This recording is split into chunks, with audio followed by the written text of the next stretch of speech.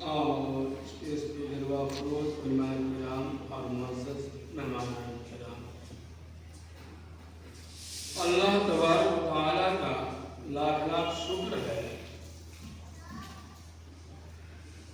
کہ اللہ تعالیٰ نے ہم سبھی کو ایک دینی مجلس میں بھی جو سب سے زیادہ اہمیت کا جو مالک ہے اور سب سے زیادہ جو اہمیت ہے قرآنی مجلس، اور قرآنی مجلس جو نورانی مجلس ہوا کرتی ہے، اس مجلس میں ہم سبھی کو آنے کی توفیق دی۔ اور آپ کو معلوم ہوگا یہ قرآنی مجلس جو ہوا کرتی ہے تو اسے رب ذوالجلال کے فرشتے اپنے گھیرے میں لے لیتے ہیں، اور جس مجلس کو اللہ کے فرشتے اپنے گھیرے میں لے لے، اس مجلس میں جو بھی چیز مانگی جائے گی انشاءاللہ پوری ہوگی، رد نہیں کی جائے گی۔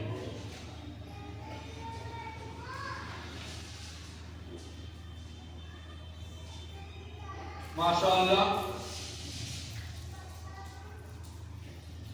قرآن مجلس میں ہمارے دو بچوں نے تقریر پیش کی، اور تمام تقریر کا خلاصہ بھی وہی ہے۔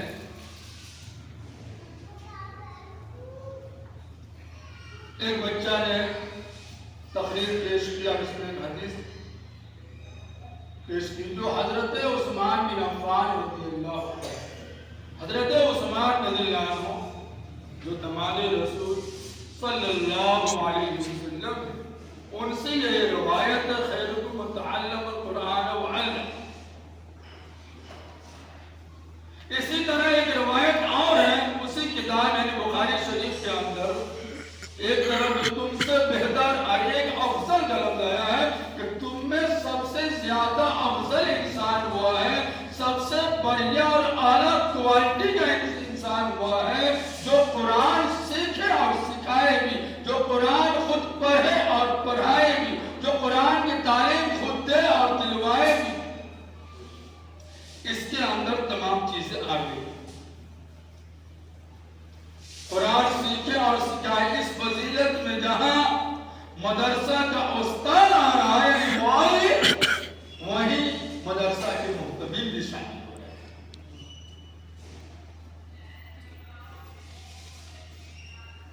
قرآن کی عظمت، قرآن کے فضائل کیا ہے،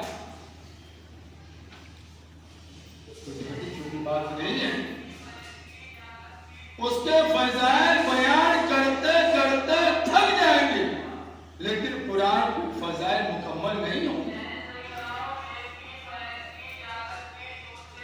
ایک حدیث میں آتا ہے کہ رسول اکرم صلی اللہ علیہ وسلم کا فرمان ہے کہ ہم سے قرآن سے کہا جائے گا کہ جس طرح تم ترتیب سے تم نے قرآن کو پڑھا ہے، اسی ترتیب سے قرآن پڑھتا جا اور چاہتا جا، جہاں کہتے وہ ناس ہے وہی براخی منزل ہے۔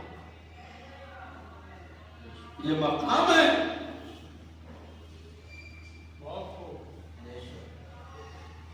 اور والدین کا کیا کہنا؟ طبرانی کی روایت ہے جس میں رسول اکرم صلی اللہ علیہ وسلم کا فرمان ہے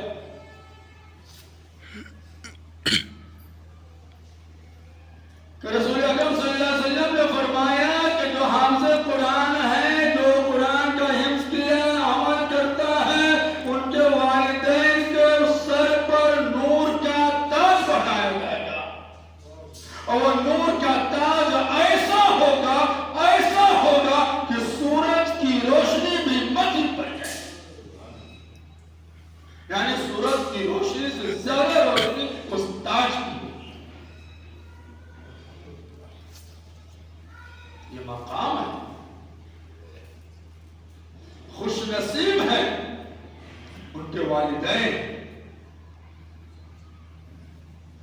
جن کے بچے مکمل قرآن کو حفظ کیا، اور قابل مبارکباد ہے مدرسہ کے ذمہ داران، اساتذہ کرام۔ آپ کو معلوم ہے قرآن کو حفظ یوں ہی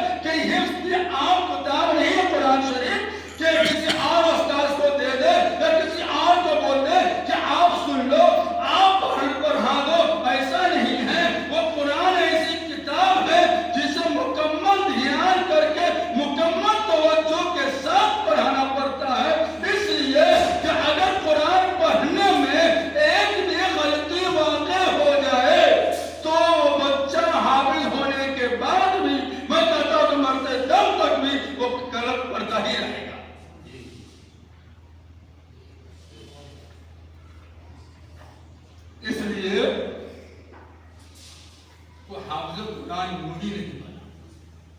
اس کے پیچھے مدرسے کے والدین کے ساتھ مدرسے کے محتمل مدرسے کے استاد یہاں تک کہ مدرسہ کا جو ملازم جو باورچی ہے ان کی بھی محنت شامل ہے. تو وہ بچہ تیار ہوتا ہے اور تمام محنت سے گزر کر آپ کے سامنے یہاں سے کھڑا ہے. آپ قرآن کو کیا سمجھتے ہیں؟ ارے بھائی ابھی حضرت قاری صاحب اور نسبت کے تعلق سے بات کر رہے تھے. آپ کو معلوم ہے نسبت اتنی بڑی چیز ہے کہ اگر قرآن کی جس کو نسبت لگ گئی وہ تر بھی نہیں سکتا. آپ کو معلوم ہے جس کا نام لینے سے ہم اور آپ نفرت کرتے ہیں یعنی شیطان کا نام لینا گوارا نہیں کریں گے, ابو لہب کا نام لینا گوارا نہیں کریں گے, فرعون کا نام لینا گوارا نہیں کریں گے, لیکن قرآن پڑھتے ہوئے فرعون کا نام آ گیا, قرآن پڑھتے ہوئے ابو لہب کا نام آ گیا, قرآن پڑھتے ہوئے شیطان کا نام آ گیا, تو اللہ نے کہا کہ فرعون کا نام پڑھتے ہوئے تم نے لیا ہے اس پر بھی تمہیں ثواب نہیں ملے گا. فرعون میں 5 حروف ہے, فا را عین واو نون, اور ہر حرف پر 10 نیکی ملتی ہے. گویا کہ قرآن پڑھتے ہوئے اگر فرعون کا نام آ گیا 50 نیکی مل گئی. یہ نسبت کا نام معاملہ ہے کہ جس کا نام ابو لہب ایک بھی کسر ایسا نہیں تھا کہ آپ علیہ وسلم کو تکلیف دینے میں ہر وقت ہر لمحہ یہ بدماش ابو لہب ہر وقت یہ سوچتا تھا کہ کس طرح نبی اکرم صلی اللہ علیہ وسلم کو تکلیفیں پہنچائی جائیں, یہاں تک کہ کانٹے ڈال دیے جاتے تھے. آپ کو معلوم ہے جب سوشل بائیکاٹ, آپ یہ بھی بتا دو سب سے پہلے جو سوشل بائیکاٹ ہوئی ہے وہ نبی اکرم صلی اللہ علیہ وسلم, جن کا کھانا پینا رہنا سہنا تمام چیزوں کے بائیکاٹ کر دی گئی, وہ تمام میں پیش ابو لہب تھا اور دیگر اتنے کٹر دشمن. لیکن اللہ نے کہا کہ جو تبت یدا ابی لہب پڑھو گے تو تبت یدا ابی لہب تب پڑھتے ہوئے تمہیں اس پر بھی نیکی مل جائے گی. کیوں؟ قرآن سے نام جوڑا ہے. شیطان کا نام شیطان کو بھی میرا دست مجروب ہے. اب دیکھیں قرآن ہی شریف ایک واحد کتاب ہے جس کتاب کے پڑھنے سے آپ کو سمجھ میں آئے یا سمجھ میں نہ آئے, قرآن آپ پڑھیں گے آپ کو ہر پر ہر تمام ہر حق پر آپ کو نظر سے ملتی ہے. جب قرآن واحد کتاب ہے, دیگر کتابوں کی فضیلت نہیں ہے. یہاں تک کہ اگر آپ کو قرآن پڑھنے نہیں آتا ہے اور اللہ کی کتاب سمجھ کر قرآن شریف کو آپ دیکھ رہے ہیں, ان کے حروف کو دیکھ رہے ہیں, ان کی جلد کو دیکھ رہے ہیں, آپ کو ثواب ملے گا. یہاں تک کہ ایک کپڑا جس کی کوئی عزت نہیں, کوئی احترام نہیں, اس کپڑا کو آپ یہاں رکھتے روز تو چلے جائیں گے, لیکن جب اسی کپڑا کو ہم جاتے ہیں آپ قرآن کا جزدان بنا دیتے ہیں, تو جس طرح قرآن کا احترام کرتے ہیں اس کپڑے کا بھی احترام کرنا شروع کرتے ہیں. کیا چیز ہے بھائی؟ نسبت ہے قرآن کہ کپڑا جس کی کوئی حیثیت نہیں تھی, کوئی اہمیت نہیں تھی, لیکن جزدان بننے کی وجہ سے. آپ کو میں اپنے گاؤں اور دیہات کی کہانی آج سے 30 سال پہلے آپ چلے جائیں, اب گاؤں کے اندر میں نے دیکھا ہے ہماری ماں اور بہنیں جب قرآن ساتھ میں رکھا جاتا تھا اور جب وہ چاہے لے پایا پوتائی کرتی تھی, جب باری آتی تھی تب کہ وہ عورت پاک ہے, باوضو ہے, تمام چیزیں ہیں, لیکن وہ عورت کہتی تھی ہو سکتا ہے میرے میں سب کو کسی طالب علم کو بلایا جاتا تھا, کسی مولانا حافظ کو کہ ذرا اس قرآن کو ان جگہ پر دیجیے میں پھر صفائی کر. اگر جزدان ہے اس جزدان کو صفائی کرنے کے لیے ہم نے اپنی ماں اور بہنوں کو دیکھا ہے, ان آنکھوں نے دیکھا ہے کہ پہلے وہ غسل کرتی تھی, نہاتی تھی, نہانے کے بعد اس جزدان کو صاف کرتی تھی, اور جزدان کو صاف کرنے کے بعد پہلے ہمارے گاؤں کے اندر کنواں پر تال ہوتا